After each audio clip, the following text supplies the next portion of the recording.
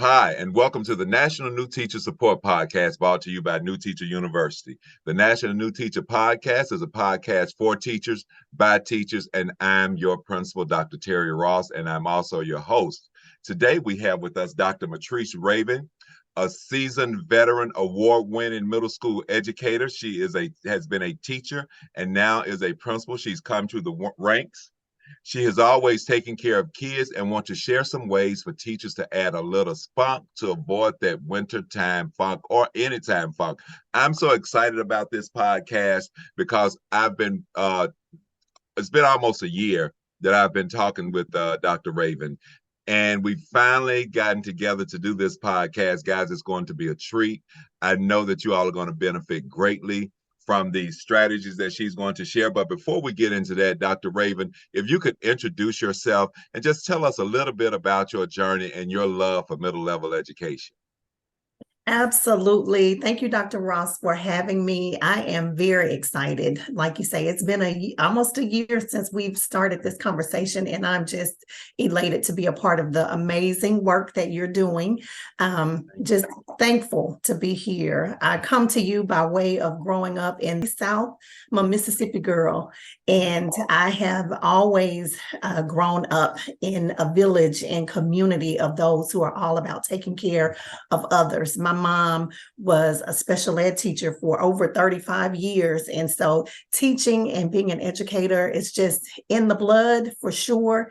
And I've spent the last 23 years here in the Fort Worth, Texas area, sharing my love and passion and dedication to kids and educating kids, and all in the middle school. So probably for a lot of people, the craziest part of our school journey can be sometimes considered that middle school era. And so I've just had a lot of fun, and I've learned a lot of different things to help us survive the land of middle school, which can be so amazingly fun, but can be so stressful. So I'm excited today to talk to you a little bit about some of the things that I've done and some things that I've been equipped with by, listening to others that have definitely gotten me through the craziest of times. So I want to talk to you about how to add a little spunk to avoid that winter time, or like Dr. Ross said, that anytime funk. So thank you for having me. Well, thank you so much. And let me be transparent. Matrice is like a little sister.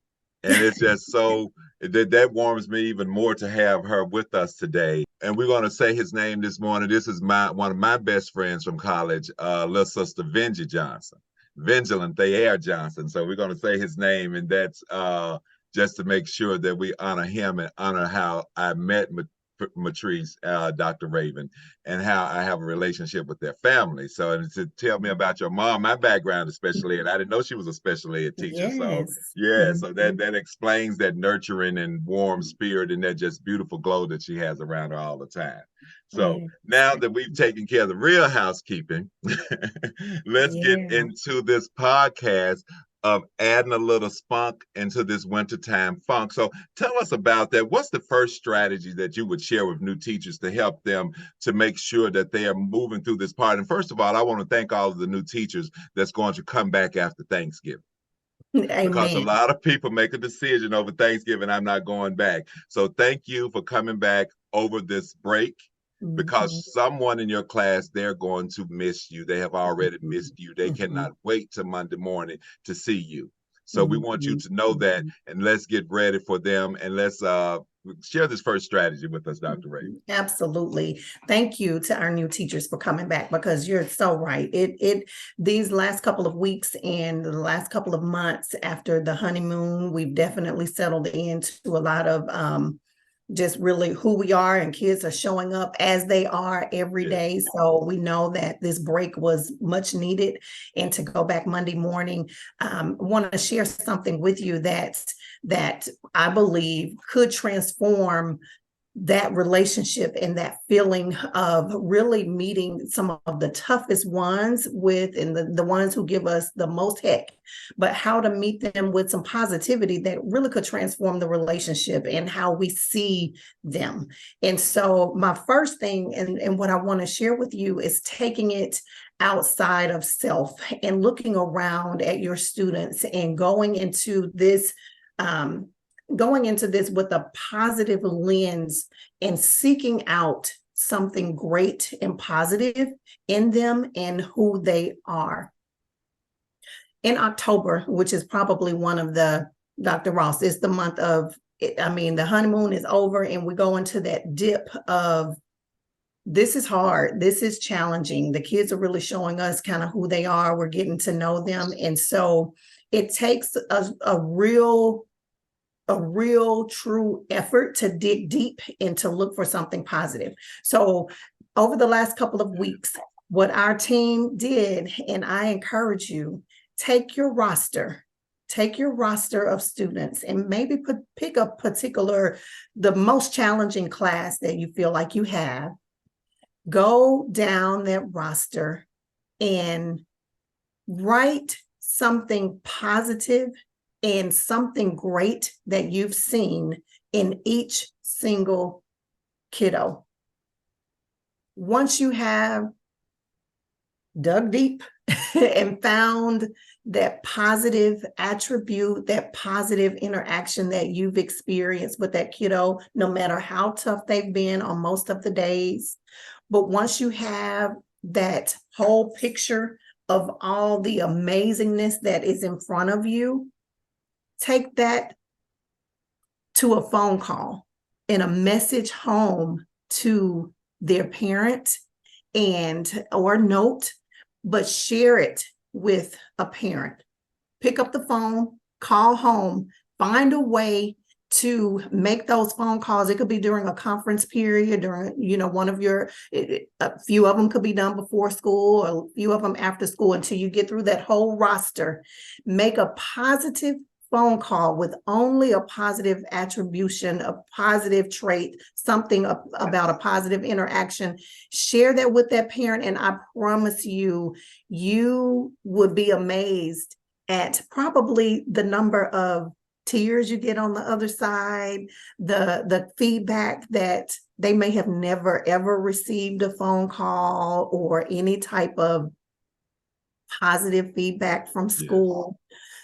To hear that will fill your bucket, and it will help to kind of move beyond us seeing only the things that the kids are doing wrong or that child is doing wrong, but we can see and make that connection to something great that they're doing, because all kids have something great about them. All of us have a gift, a talent that we bring, and sometimes it's a little bit harder to see it, but when we are intentional about making that the frame and that the lens in which we want to see it, you're going to find something.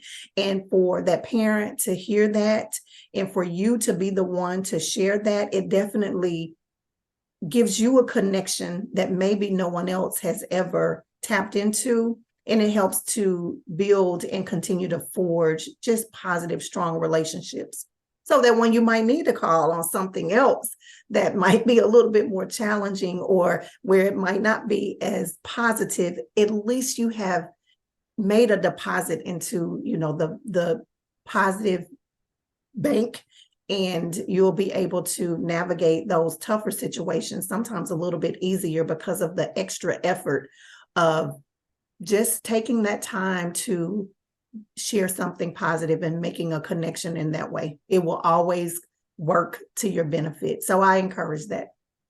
Thank you so much. That is a beautiful strategy. And I love that you name it looking outside of self, coming outside of self.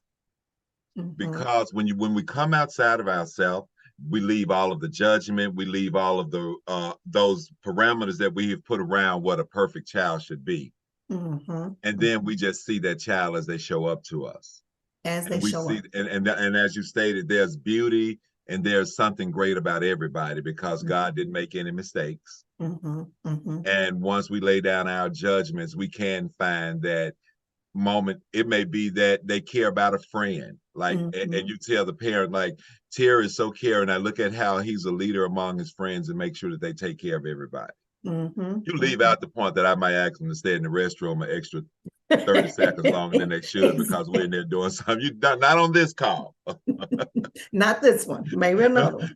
But at least coming outside of self. And thank you so much. And I love it, looking outside of self. And that's something we need to do in our everyday life. And I think we'll begin to see the beauty in most things around us. And so true. And every kid that we have, regardless of how tough they are, how much they might get on our nerves with some of the nuances of what they do, always, whenever you give them, an inch, they want to take a mile, stand in that restroom an extra 5, it just all the things that get on our nerves, they are with us for a reason. I've always thought that no matter who and what has come my way and who has landed in my classroom, man, what a gift I am to them and what a gift they are to me. And like you say, just laying down that judgment. But for whatever reason, in this time of their school journey, they needed you. They needed you. They were supposed to be in your classroom. And we have just a few months really to make an impact. And if we are very intentional about kind of stepping outside of self and, releasing and letting go of the need for everything to always be about me and what I think, just look for the great and the positive in someone else. I promise you, they are with you for a reason. And all kids want to be seen. They want to feel valued. They want to know that they are in a safe place of belonging. And if we can be intentional with making them feel that way, it fills our bucket as well. Absolutely. Everyone wants to know that they matter, even as adults. So thank you for sharing that. Looking outside of self. Finding the beauty in all of our students, writing it down, and having something to say good to the parents. Thank you so much for sharing that. So what's the next strategy that you would share with new teachers that can help them in this time of year to get over this winter funk? It's taking it to the community. Okay. And it's outside of self, but it's finding ways to really connect with your school community or broader community. I say take it to the community because that too is a way for us to kind of get outside of the box of our classrooms, but to open up and be more accessible and available to extending ourselves to a broader purpose in a broader community. There are all sorts of things, especially this time of year, to get involved in and be involved and to get your class involved in a way to engage students in doing some things that are unique by way of also teaching them to be community minded.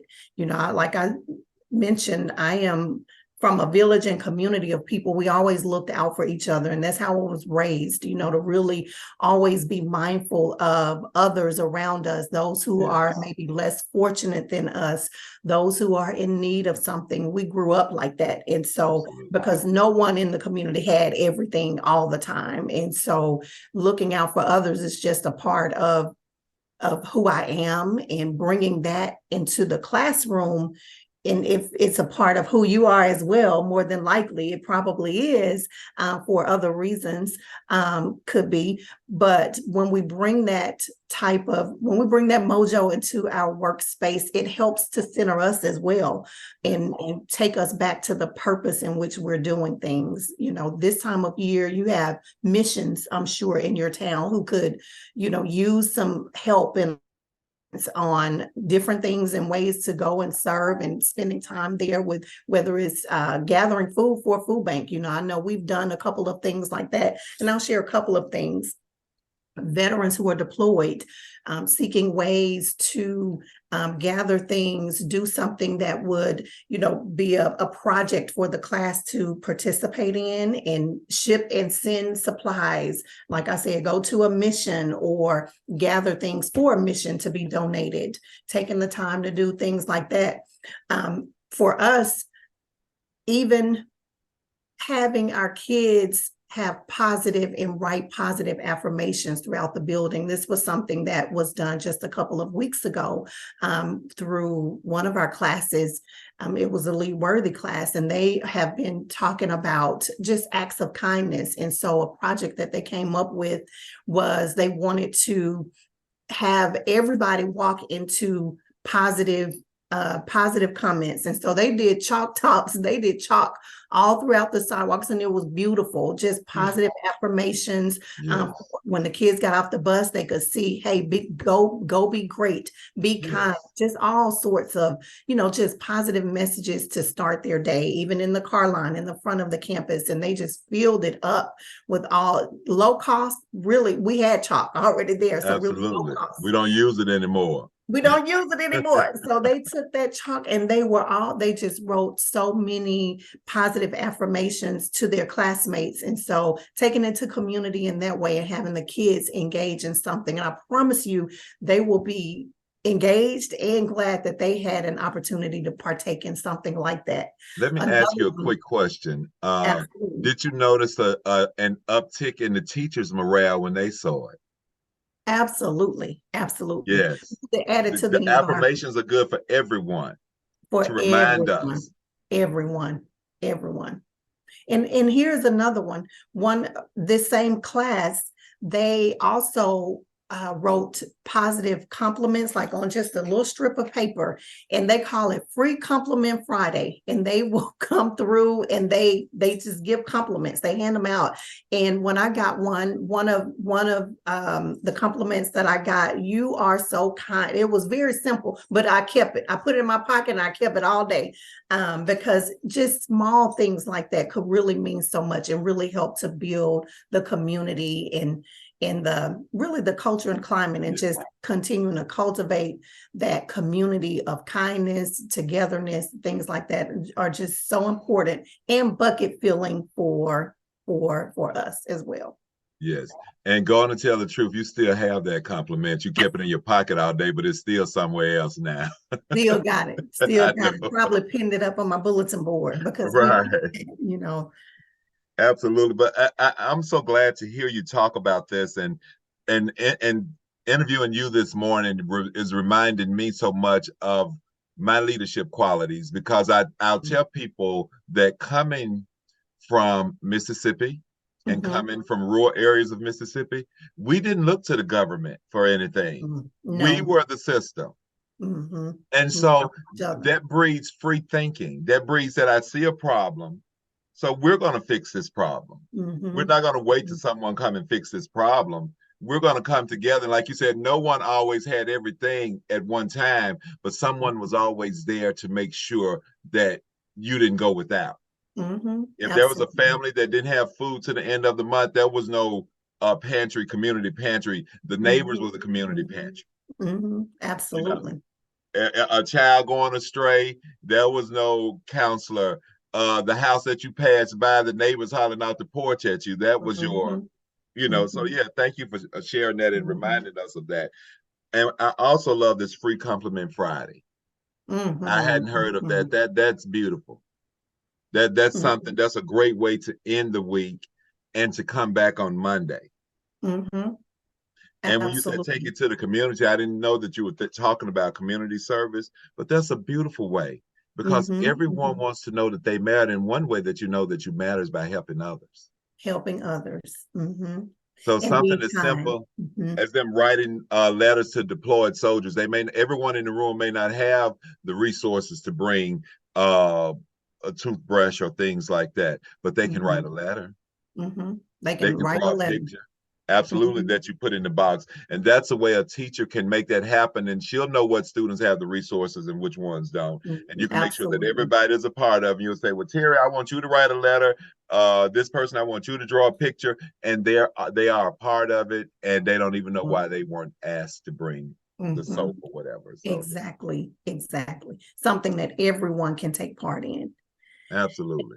And those things, as a new teacher, a lot of times we have not gotten to that point as a brand new, where we are as familiar with the processes of how to go, and do a community-wide or campus-wide run, a campus-wide event or something like that. But having your kids do those simple, easy, no cost things, the writing letters to veterans, it engages your kids, and it does wonders for everybody who is within that circle of impact and influence. So it's an impact to the community, even though you might not even be planning with the whole community. Is what your hands, your eyes, your feet can do in a way to serve within your classroom. Absolutely. And Dr. Raven, that says a lot about your leadership, that your teachers feel comfortable enough to come to you with ideas, or they feel comfortable enough to implement those ideas and know that you're going to love it. Because teachers have to know that they have the freedom to think and to take risks. And children have to know the same thing. And for me, I was not the very best student in school. School was not the most favorite place for me to spend 7 hours sitting at a hard desk under unnatural lighting, listening to someone talk. Right. So adding these things to the mix helps bring those students into the fold.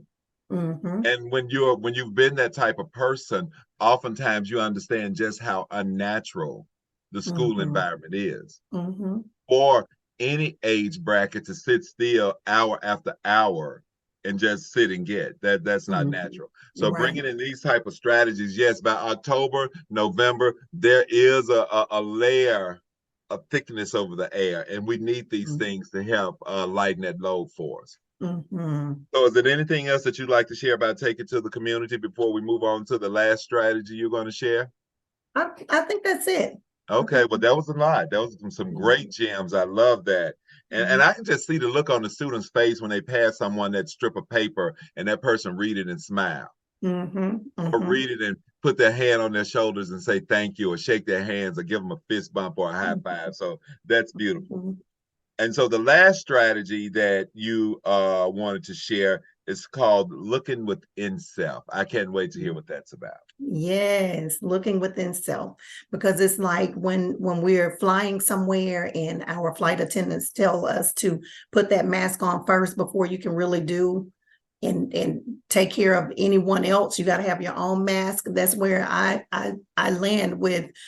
Really, it's about self too, and making sure that we are full and we feel a sense of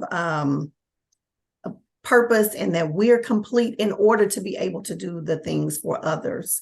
But we do have to be intentional about the care that we are giving to ourselves. No one can do it for us, but we have to be mindful of how we really uplift our own soul in order to do this very important work that we're doing in educating kids every day. So it could be different things for all of us. It could mean a lot of different things. But one thing I'll say that I've started just within this school year, honestly, is I've always had devotional time in the morning where I'll wake up and I have the quiet hour of the day before the house gets moving, before anything is moving about. I'm just there with some type of encouraging passage, a devotion, scriptures and things like that, to get me started, whether it's Jesus Calling, whether it's the Bible app, whether it's the physical, the hard copy of the Bible, whatever it is, but scriptures to get that day going. But over the last couple of months, I've taken that to, I'll go get on the treadmill now for that hour that I was spending with just the devotion, but I've gotten physical movement and it has done wonders for my mindset, for my mood, for starting the day. You know, it's a 5:30 start on the treadmill with playing something. One of my favorite scriptures is, do not be conformed to the ways of this world, but be transformed by the renewing of your mind. That's Romans 12:2. And so it's the renewing of our minds is what carries us through, and being physical with that too is definitely a good way to do it. And I've learned that it's essential and it's important for us, because 23 years of doing this, and in the middle school, I know we have got to be intentional about how we care for ourselves. It might be your get ready routine in the morning and putting on soft and jazz music, which is another thing that I added to that, being purposeful in my get ready time, and making sure that is calm and what I want it to be. But it's about being intentional about what that means for you.